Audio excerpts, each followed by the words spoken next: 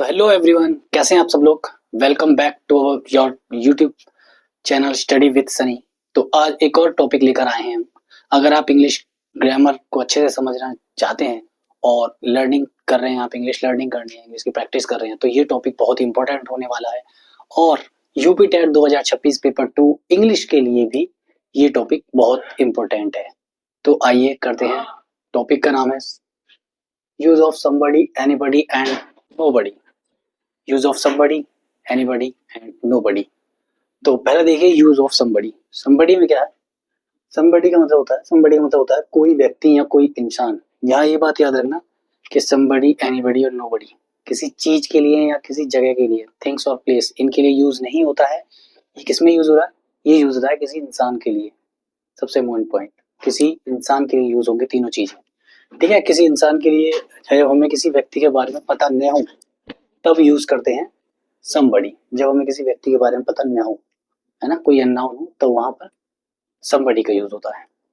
Example देख के आपको पता चलेगा। somebody is knocking at the door। somebody is knocking at the door यानी कोई दरवाजा खटखटा रहा है। somebody is knocking at the door, कोई दरवाजा खटखटा। पता नहीं है, जब आपको पता ना हो कोई है, आपको पता होगा कोई इंसान है लेकिन पता ना हो। अगर आपको पता होगा तो उसका नाम पता होगा, है ना, नाम के उसका नाम लेकर आप बोलेंगे कि वो खटखटा रहा है, राजू खटखटा रहा है, सीता खटखटा रही है ना। जब किसी का नाम पता ना, किसी के बारे में पता ना हो पर पता हो कि इंसान है, तो वहां पर somebody का यूज करते हैं। ठीक है, somebody called you yesterday। किसी ने तुम्हें कल फोन किया था। पता नहीं किसने किया था, किसी ने कॉल किया था, कोई अननोन था। I need somebody to help me. मुझे मदद के लिए किसी व्यक्ति की जरूरत है। मुझे मदद की जरूरत है, उसके लिए किसी व्यक्ति की जरूरत है, कोई हो मेरी मदद के लिए। ठीक है, दूसरा देखिए यूज ऑफ एनीबडी। एनीबडी का मतलब होता है कोई भी व्यक्ति या कोई व्यक्ति। ठीक है, तो एनीबडी का मतलब होता है कोई व्यक्ति या कोई भी व्यक्ति, जैसे कि। और इसका जो यूज होता है मोस्टली क्वेश्चंस और नेगेटिव सेंटेंसेस में होता है। क्वेश्चंस वाले सेंटेंसेस में और नेगेटिव वाले सेंटेंसेस में होता है। देखिए, इज एनीबडी देयर, क्या वहां कोई है। एनीबडी, क्या वहां कोई है। समबडी यूज नहीं होगा, एनीबडी यूज होगा, है ना। क्या वहां कोई है। Does anybody know the answer. Does anybody know the answer यानी क्या किसी को उत्तर पता है। Does anybody know the answer, क्या किसी को उत्तर पता है। I don't know anybody here, मैं यहाँ किसी को नहीं जानता। आई डोंट नो एनीबडी, मैं यहाँ किसी को नहीं जानता हूँ। ठीक है, तो ये आपके somebody और nobody। somebody का आप समझ गए। somebody का मतलब होता है जब हमें किसी व्यक्ति के बारे में पता ना हो तब उसे यूज करते हैं। ठीक है, जब हम किसी व्यक्ति का पता ना हो। एनीबडी का यूज कर तो रहे हैं हम, लेकिन हमें सामने से बोल रहे हैं हम किसी को। क्या किसी को कोई पता है किसी का, है ना, क्या किसी को उत्तर पता है, क्या वहां कोई है ना। मैं किसी को नहीं जानता हूँ, है ना। लोग तो हैं उसके सामने, चीजें तो हैं, पर वो फिर भी उन्हें नहीं पता है। उसके लिए एनीबडी।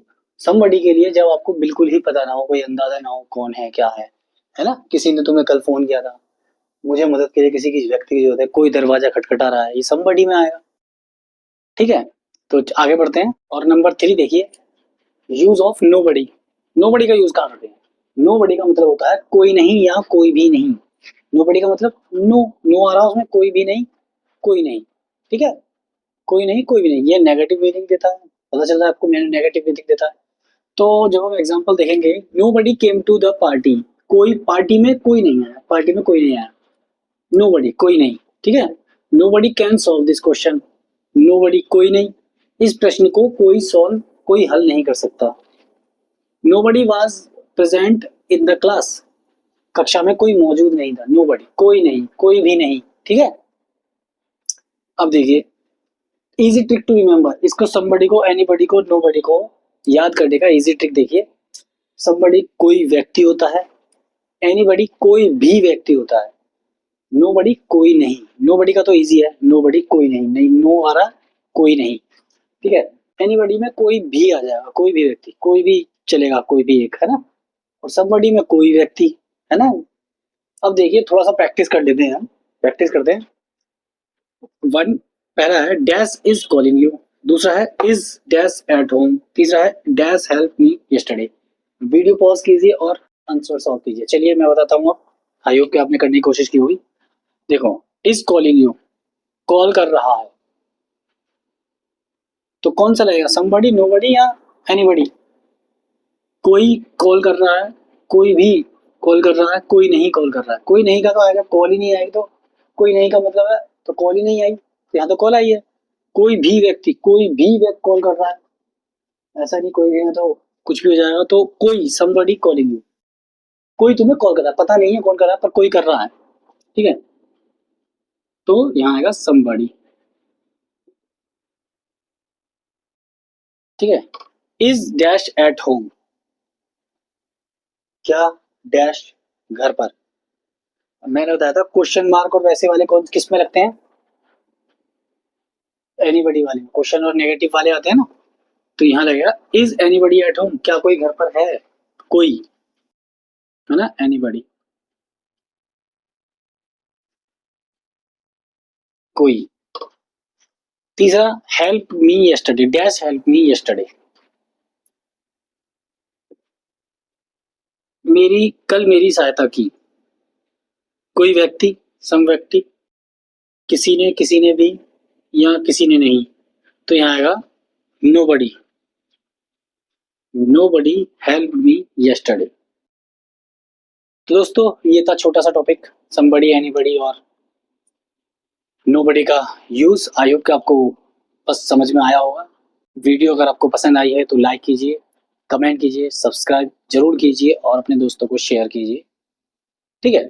और मुझे कमेंट करके बताइए कि नेक्स्ट टॉपिक कौन सा होगा। आप देख रहे थे स्टडी विद सनी। जय हिंद।